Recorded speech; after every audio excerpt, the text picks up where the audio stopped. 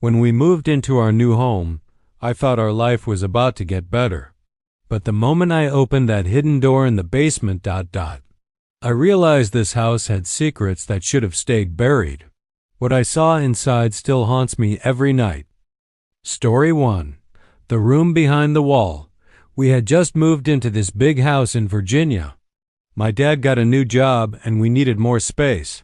The house was old, like really old. The kind with creaky floors, heavy doors, and walls that made weird sounds at night, and when I tapped on it, it sounded hollow. One day, while exploring the basement, I noticed something strange. But I was curious. So the next day when my parents were out, I grabbed a hammer and started chipping at the wall. The back wall didn't match the others. It looked newer. The bricks were a different color. My dad said it was probably just an old repair. After a few minutes, I hit something metal. A latch. There was a small door behind the wall. No handle, just a slot to pull it open. I should have stopped, but I didn't. I opened it. Inside was a narrow staircase going down, like a second basement. No lights. Just darkness and the coldest air I've ever felt.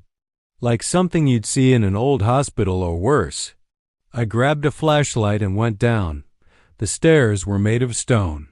Wet, slippery, and covered in cobwebs. It smelled like rotting wood and something else. Something worse. At the bottom, I found a small room. 4 walls. No windows. And in the middle, a chair. Not just any chair. It had leather straps on the arms and legs. And the floor was covered in deep scratches, like someone had tried to claw their way out. I heard a sound behind me. A whisper. I turned around. No one was there. Then I saw something on the wall. Scratched into the bricks were 3 words. He still lives. I ran. I didn't even close the hidden door.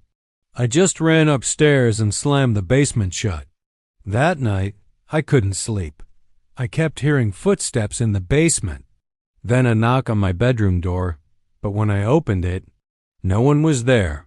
The next morning, the basement wall was sealed up again, like it had never been opened.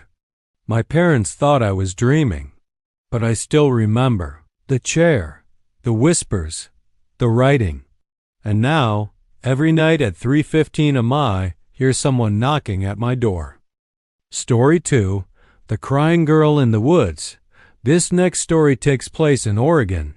A guy named Jake was hiking in the woods behind his grandparents' house. He had done this trail 100 times before, but this time something felt different. The air was too quiet. No birds, no wind, just silence. About 2 miles in, he heard it, crying, soft, like a little girl. At first, he thought someone was hurt, so he followed the sound into an area he'd never seen before. The crying led him deeper into the trees, off the trail. That's when he saw her. A little girl, maybe 7 years old. Long black hair, white dress, standing with her back to him. "Are you okay?" Jake asked. She didn't turn around, just kept crying. He stepped closer. "Do you need help?" The crying stopped, dead silence. Then she turned her head, not her body, just her head all the way around. Her face was pale, eyes wide and black, no whites, no pupils. Jake froze. The girl smiled, a wide, crooked smile. Then she whispered, "Help me." "Find you." Jake ran. He didn't stop until he was back home. His grandparents told him no kids lived nearby. But years ago, a little girl went missing in those woods. She was never found. And now, hikers say they sometimes hear crying in the trees, looking for someone. Story 3. The Stranger in My Closet. This story came from a teenage girl named Emily. She was 14, living in a small town in Kansas. Every night, before bed, she made sure her closet door was closed. She hated it being open. Sighed it gave her a bad feeling. One night, she woke up around 2 a.m. The closet door was open. She was sure she closed it before sleeping. She got up, shut it again, and went back to bed. Next night, same thing. Woke up, closet open. This time, she thought maybe her little brother was pranking her. So she locked the closet with a chain. The next morning, the chain was on the floor. And on her mirror, written in red marker, were the words, "Don't lock me in," she screamed. Her parents checked everything, thought it was just a joke. But Emily knew it wasn't. That night, she stayed up with a flashlight. At 2:47 a.m., the closet door creaked open. A hand came out, pale, thin, long fingers. It reached toward her bed. She screamed. The hand vanished.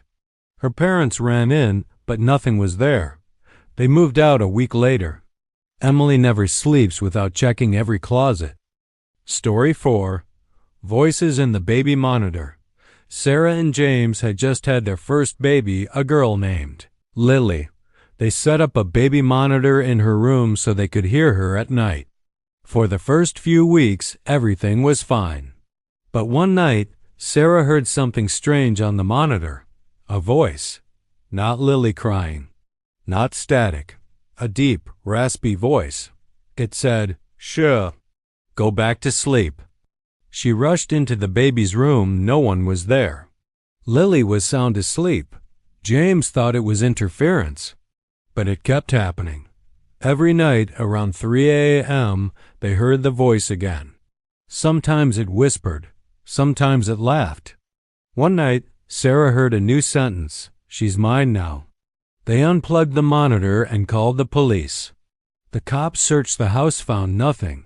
But the scariest part? The voice kept coming, even with the monitor off. They moved out 2 weeks later, and to this day, Sarah swears. Her daughter sometimes talks to someone in her sleep. A man. She says his name is the Whisperer. Story 5. The Man in the Reflection. This one is short but terrifying. A college student named Ben lived alone in a small apartment. One night, while brushing his teeth, he looked up and saw something strange in the bathroom mirror. Behind him, just over his shoulder, was a man. Tall, dark, no face. Ben spun around. No one there. He thought he imagined it. But every night after that, the man got closer in the reflection. First far back, then standing right behind him. One night, Ben covered all his mirrors. But at 3 a.m., he woke up. The mirror in the hallway was uncovered, and written in fog was, "Don't look away." Ben smashed the mirror and moved out.